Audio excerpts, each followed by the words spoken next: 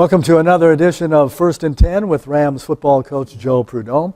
I'm Jimmy the St. Christopher. The Rams' first road game of 2023 was a 65-10 blowout of North American University down near Houston on Saturday, where the Rams ran up 411 total yards. They were up 21-3 at the end of the first period, 42-3 at the end of the first half. Well, Coach, obviously there's no letdown from the big win over Ottawa. We had a good first half. We really did. The first half, we played well. The third quarter, we were pretty dull, really. I mean, we were flat and didn't come out of the locker room the way I wanted to. But, then the wheels came back on in the fourth quarter, and, we had a lot of young ones playing, midway through the third, all the way through the fourth. And they really came out and gave a great effort. But early on, we were sharp, and I was really pleased with the way we came out and started the game. Carson Rogers had 306 total yards throwing, 4 TDs, couple of picks and a sack. What did you see from him? Did you see any progression or any digression from the win over Ottawa? I thought he was sharp again. He was. He had a couple picks. One of them was just poor judgment. He thought he could get the ball out with his left hand to a running back that had leaked out. The other was he was off his back foot, kind of forcing it into double coverage, and it was a red zone pick, which is always kind of nerve-wracking. But other than that, he was sharp. He was finding the receivers, going through his reads, good progressions. Only missed a few balls that he probably should have hit. But he keeps growing up and getting better and better. And every game of experience will hopefully continue his improvement. And A.J. Bob caught 7 balls for 147 yards, couple TDs of 49 and 27. Yeah. How is that chemistry between Bob and Carson developing now? Oh, it's outstanding. They work really well together. Their timing is really good. I think 3 big plays have been off of when they jump and then he just lets it go to him, and that's been really good for us. And Bob is really improving as a route runner, and Carson's looking for him, and he sees him because he knows when Bob gets it, good things happen. So and Bob's very reliable, good hands. He's where he's supposed to be in the routes, and their chemistry has been a real key for our offense. And how much ceiling do both Carson Rogers and Bob, and the receivers for that matter, what are the ceilings for the quarterback and the Rams receivers? I don't know yet. I think that we've really kind of scratched the surface on that, and I feel like it's going to continue to get better. The receiving group is really young, but Carson is a young quarterback too. He's in like his 4th start now that he's had. He's got a high ceiling. He's intelligent. He's got a strong arm. Goes through the reads. It means a lot to him. He's a film junkie. He can see over the line. He's a really tall kid. And the receivers, I think, will just keep getting better and better. It's a young group outside of Bob and Price. I mean, it's a young group, and I expect them to grow up. Carson Rogers was sacked 1 time. That's the first sack this season. What happened to the old line? They gave up a sack. But how much are they improving week to week? They had a good game. And the sack was Carson's fault. It wasn't their fault. He looked off an open receiver and held on to it just a little long, and they can only protect for so long. And but I thought they had a good game.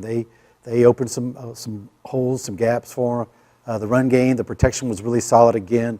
Running backs were good in there as well. The sack was really on Carson and not on the O-line. In a game like this, were you more reliant on the passing game when they're clicking, the passing game, Rogers, Bob, Price, the receivers, than with the running game? You really kind of got to take what they give you. If they decide to take away the run, you got to go to the pass, and you got to be successful with it. If they're going to stack the line and really fill the box up, then you're going to have to go outside to your receivers and win those matchups. And you have to have a feel for what they want to take away, and then take advantage of what they're given. As long as he is patient and takes what they give him, and don't try to force anything or be overly spectacular, our offense will be really good and solid for long term.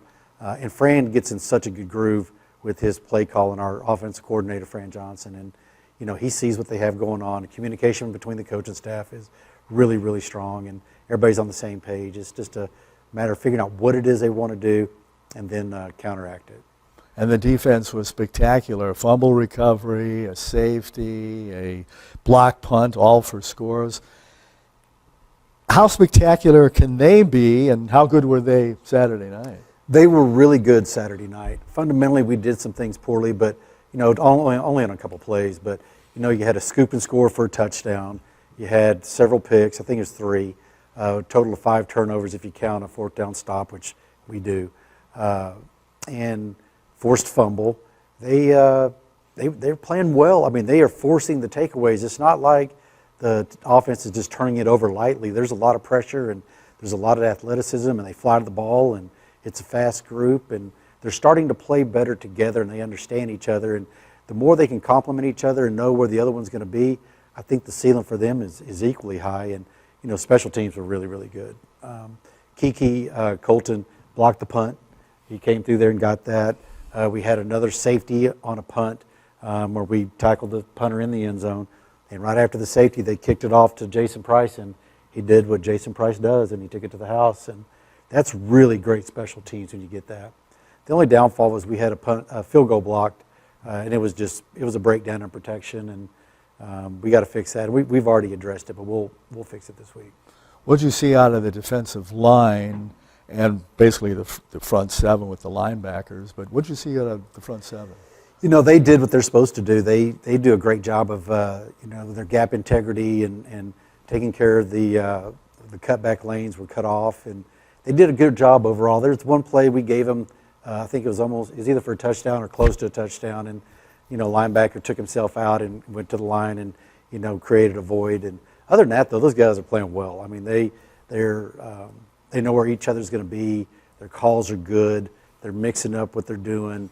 The stunts with the base. They're sound tacklers. I mean, we have not missed many tackles this year, but we practice it every day. 4 days a week we practice tackling. Not to the ground, beat them up, but really fundamental tackling, and it's starting to really show. And I'm really thinking that it's going to get better and better as we go along. Is that one of the philosophies for the defense for Coach Duckworth and for yourself and for the team, is to turn the defense into a point-scoring machine? Oh yeah, I mean there's no doubt about it. I mean, if we can score points on defense, we're going to, or create opportunities. You're always looking to steal possessions. The more possessions you can steal via the special teams, the takeaways, things of that nature, the higher your percentages of winning go up. We had a defense back at Nolan back in the day, is 2004. That defense outscored the opposing offenses that year. It was like 79-58. That's the kind of defense that Coach Duckworth and Coach Rosas are accustomed to really building. And you get to that point, and the defense is creating turnovers and really big plays and TFLs and sacks. It kind of ignites everything, for the offense, the special teams. It's just a real lift when you start to see those things being consistently done. And that's what I tell our guys: don't act like you're surprised when it happens. Just look for the next one, because it's going to happen again. Don't get too high on it. Don't get too low when something bad goes. Just get up there and hit that mid-level high and stay on it. And they've done a real good job with that. And I mean, they're showing some maturity, and that's encouraging. The Oklahoma Ford Dealers Player of the Week, Special Teams Player of the Week, was Jason Price. Boy, do we have to get him a nickname? Oh, yeah, Flash for any season. Do we need a nickname for JP? We just call him JP. I don't. He does need a name though. He's really good, and he can stop and start so quickly, and that's what he does so well. Is he can cut when he's full speed. Not many guys can do that, and he can make people miss in a way that very few returners I've seen been able to do. But it's a good thing he does, because he's a little guy. He's probably about 5'8", 160, but he's really shifty. He's got eyes in his feet, when he's making cuts, and he's just he sees it before it actually happens, and that's pretty rare trait for a returner. But man, he does need a nickname. I don't know what it is, but he's special. And he's, think about it, he's a 3.6 whatever student too. He's really bright. He's got a huge future, whatever he chooses to do. And speaking of areas that need to be tightened up, as Coach was talking about Carson Rogers, any other areas that need to be kind of tightened up? Penalties. We've had too many penalties. Some of them, I don't know, a little bit. I'm trying to figure out why there were penalties on a few, but there's some things, obvious things that we've done. We can't have false starts, can't have offsides. If we can just do away with the pre-snap penalties, and then we typically have about one or two, like why did we do that penalties? If we can do away with those, we'll be in a really good spot. But we have to tighten up on that. You know, we had some illegal substitutions on defense where we had 12 people on the field. That's because they didn't get off in time. You've got to get off in time. And then we had a false start on offense. Kickoff, we had one out of bounds. That's 2 games in a row. If we do away with those, we'll be right at that 5.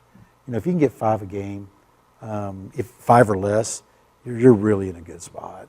If you get more than that, you kind of create some issues for yourself, some challenges you don't want to deal with. But, you know, we got to improve and tighten up in that area.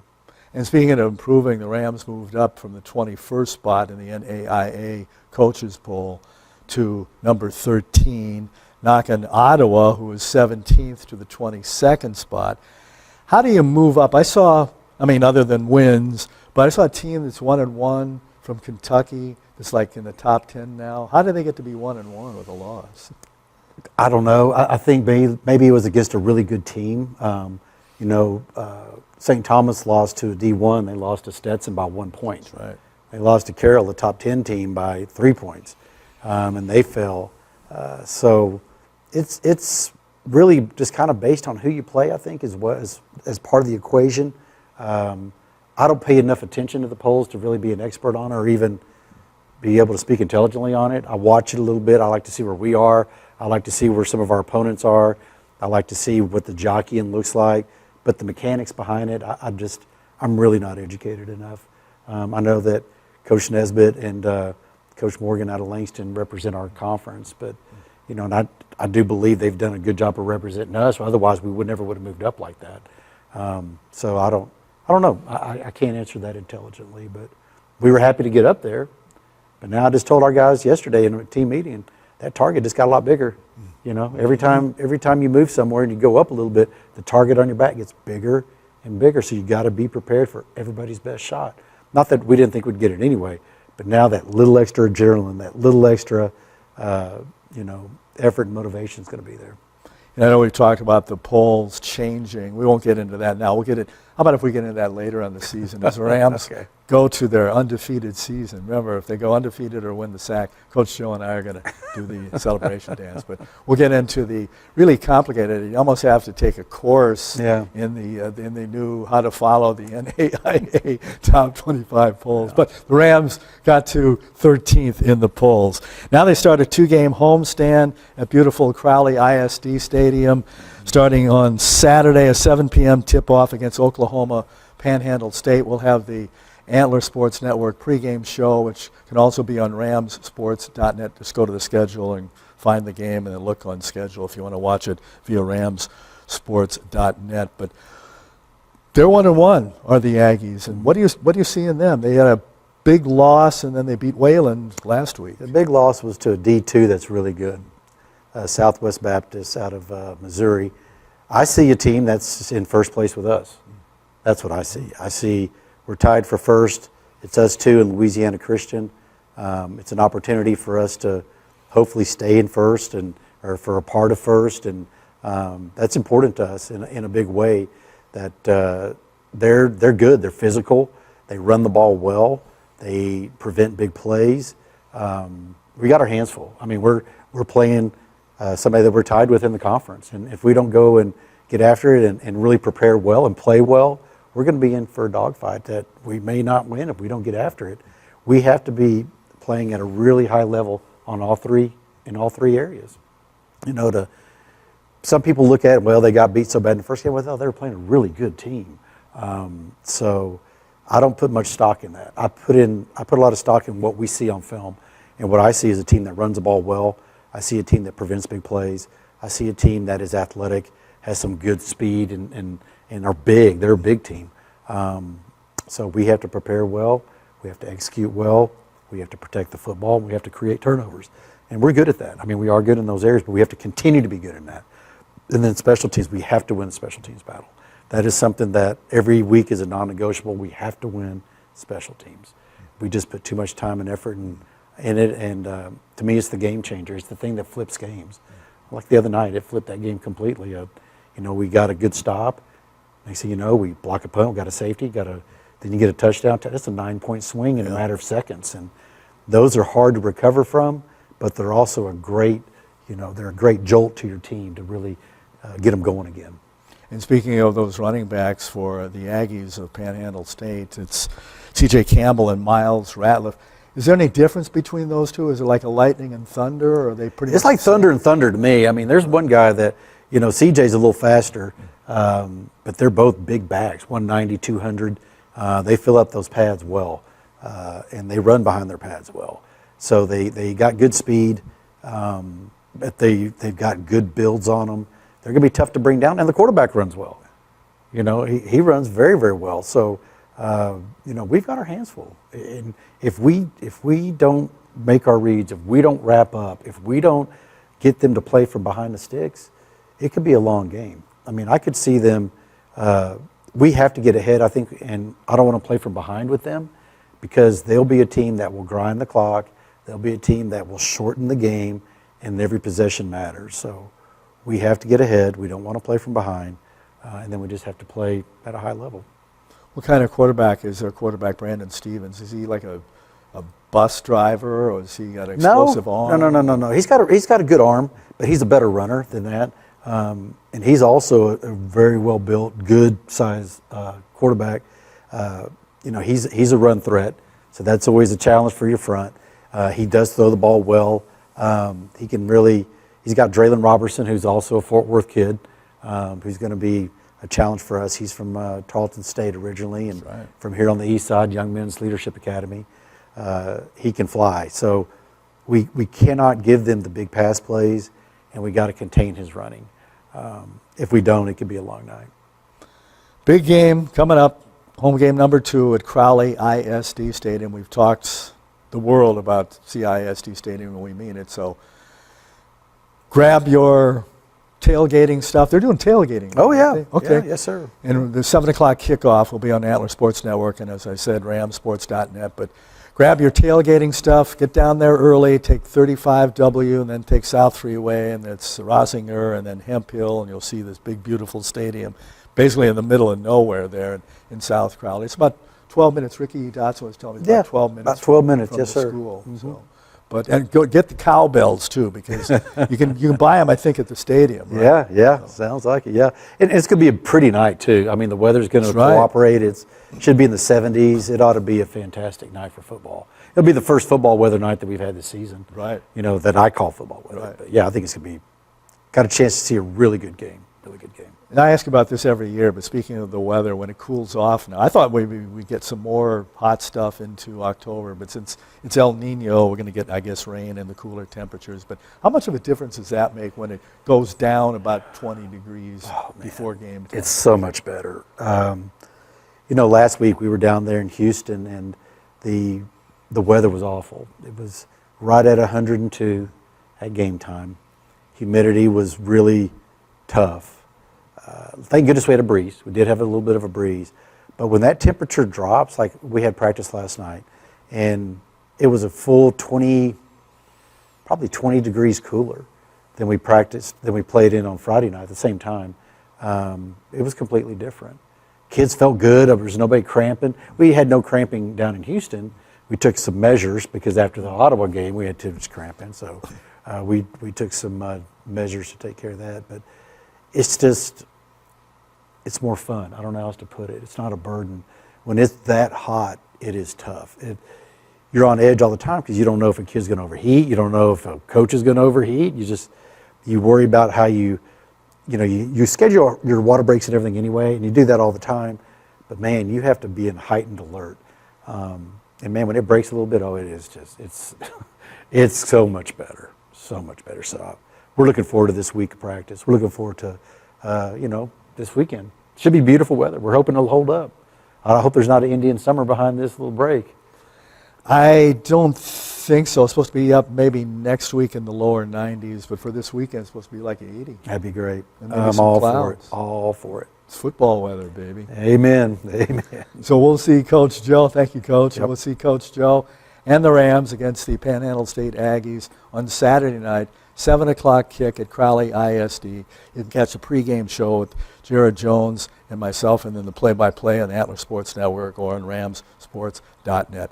For Coach Joe Prud'homme and his staff, for Ricky Dotson and his staff, for Kenneth Flowers and his staff, and James McBride and his staff, Jimmy the Saint, Christopher, for Coach Joe Prud'homme, saying so long. We'll catch you next time on First and 10.